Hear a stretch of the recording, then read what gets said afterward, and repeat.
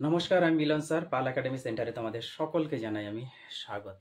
আজকে ক্লাস 6 এর গণিত বইয়ের যদি তোমরা 1.3 এই অধ্যায়টি বার করো, তাহলে সেখানে তোমাদের 9 দাগের ডি আর 9 দাগের ই এই দুটো অঙ্ক বাকি আছে। আজকের এই টিউটোরিয়ালে তোমাদের সাথে এই দুটো অঙ্ক আমি সম্পূর্ণ বিস্তারিত আলোচনা করব। দেখো, ডি নাম্বার অঙ্কটি করার আগে সর্বপ্রথম আমরা অঙ্কটি একটু পড়ে নিই, অ্যাকচুয়ালি কি বলেছে, তারপরে আমরা চেষ্টা করব। বলেছে যে রতনবাবু তার 15 বিঘা জমির মধ্যে 16 বিঘা জমিতে পাট চাষ করেছে। কত বিঘা? 25 বিঘা আছে। 25 বিঘার মধ্যে 16 বিঘা জমিতে পাট চাষ করে। ওকে। কিন্তু উষা দেবী তার 15 বিঘা জমির মধ্যে 8 বিঘা জমিতে পাট চাষ করেছে। দুজন আলাদা আলাদা ভাবে পাট চাষ করেছে এবং দুইজনের জমির পরিমাণ আলাদা। হিসাব করে দেখি রতনবাবু ও উষা দেবী তাদের জমির কত অংশে পাট চাষ করেছেন এবং কে বেশি করেছেন সেটা বের করতে বলেছে। একদম সোজা। প্রথমে রতনবাবুর টোটাল হচ্ছে 25 বিঘা জমি, তাই না? তার মধ্যে চাষ করেছে 16 বিঘাতে পাট। তাহলে তোমরা এইভাবে এই কথাটা লিখবা যে রতনবাবু তার 25 বিঘা জমির মধ্যে, ওকে, 16 বিঘা জমিতে পাট চাষ করেছেন। প্রথম লাইন এটা ক্লিয়ার। তারপরে অতএব রতনবাবু মোট চাষ মোট পাট চাষ করেছেন। অতএব রতনবাবু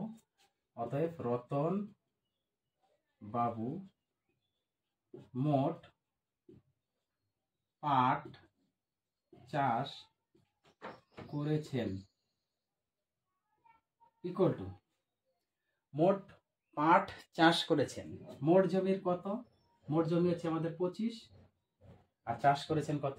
16। তাহলে 25-এর 16 অংশ।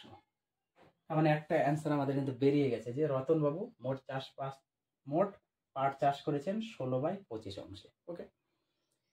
3 নাম্বার লাইনটা তোমরা আবার এইভাবে লিখবা যে উষা দেবী তার 15 বিঘা জমির মধ্যে 8 বিঘা জমিতে পাট চাষ করেছেন। ক্লিয়ার? কি বললাম? উষা দেবী তার 15 বিঘা জমির মধ্যে 8 বিঘা জমিতে পাট চাষ করেছেন। এই লাইনটা লিখবা। লেখার পরে নিচে আবার অতএব উষা দেবী, এবার আসবে অতএব উষা দেবী মোট পাট চাষ করেছেন। কত অংশে?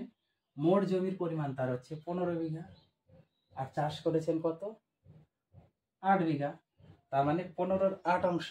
তাহলে 15-র 8 অংশে তিনি পাট চাষ করেছেন। দুটো উত্তর আমাদের হয়ে গেছে। তার মানে কত অংশে বের করতে বলেছিল সেই অংশটা আমরা পেয়ে গেছি। অংশে বের করার কথার অর্থ হলো মোট কত আছে তার মধ্যে কত অংশে তিনি চাষ করেছেন, সেটা হচ্ছে মোট অংশটা। ঠিক আছে?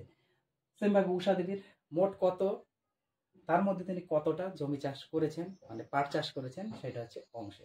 তাহলে মোটের যেটাতে চাষ করেছেন সেটা অংশ আমরা পেয়ে গেছি। এখন বলছে কে বেশি পাট চাষ করেছেন। তাহলে কে বেশি পাট চাষ করেছেন, তাহলে সেক্ষেত্রে তোমার করেছে, কিন্তু এর আগেও আমি বলেছি যে 16/25 একটা আছে আর একটা আছে 8/15। গুণ দিয়ে রাখি।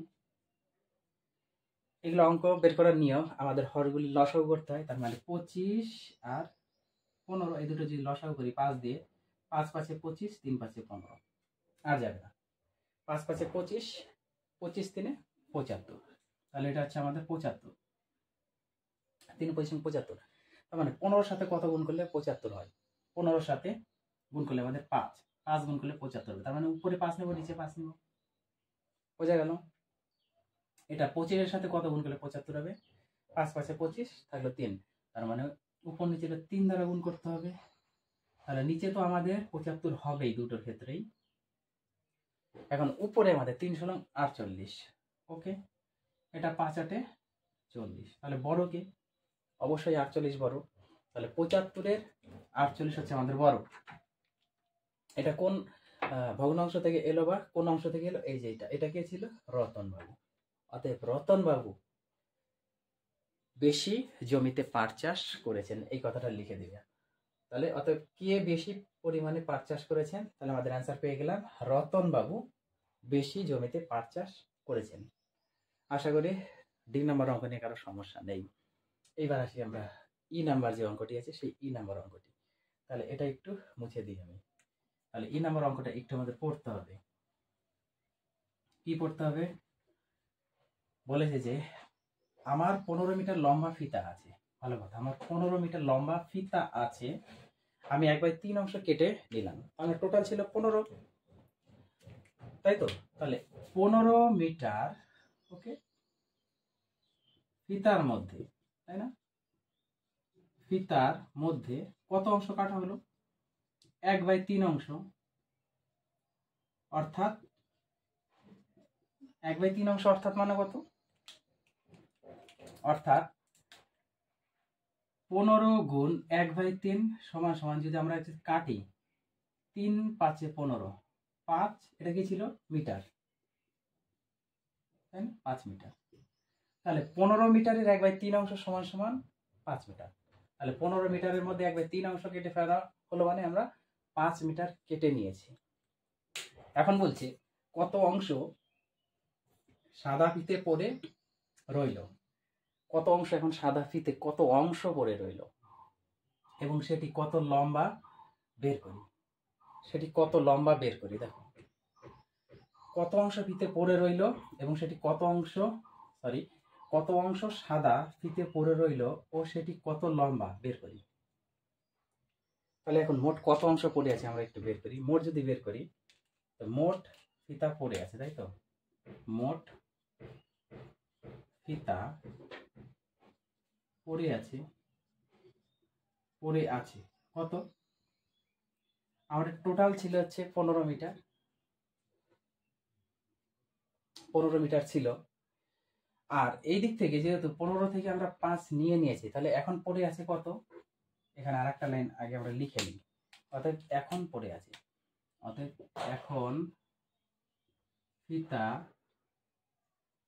পড়ে আছে, অতএব এখন ফিতা পড়ে আছে সমান সমান টোটাল ছিল 15, তার থেকে 5 কেটে নিয়েছি, এটা হচ্ছে মিটার, সমান সমান হচ্ছে 10 মিটার। ওকে, তাহলে 10 মিটার পড়ে আছে, এটা হচ্ছে আমাদের। সেটি কত লম্বা? এই যে অ্যান্সারটা কিন্তু পেয়ে গেলাম, সেটি হচ্ছে আমাদের 10 মিটার লম্বা। যেটা পড়ে আছে সেটা হচ্ছে 10 মিটার লম্বা। কিন্তু অংশ বের করতে বলেছি যে কত অংশ সাদা ফিতে পড়ে রইল। তাহলে সাদা ফিতে পড়ে রইল কত অংশ? টোটাল আমাদের ছিল 15, তাহলে 15 ভাগের এখনো 10 ভাগ পড়ে আছে, অর্থাৎ 10/15 অংশ। অতএব মোট, এখানে অ্যাকচুয়ালি সাদা কথাটা যদি ইউজ করো ভালো হবে, সাদা, হ্যাঁ, মোট সাদা ফিতে পড়ে আছে সমান সমান 10/15 অংশ, আর সেটার দৈর্ঘ্য কিন্তু 10 মিটার। বোঝা গেছে? তাহলে এই হচ্ছে তোমাদের 9 দাগের ডি আর ই নাম্বার অঙ্কের সমাধান। এই অধ্যায়টা শেষ হয়ে গেছে, তোমরা একটু রিভাইজ করো। আমি আবার নতুন অধ্যায় নিয়ে তোমাদের সাথে পরবর্তী পাঠে আলোচনা করব। তাহলে আজকের মতো এখানেই শেষ করছি।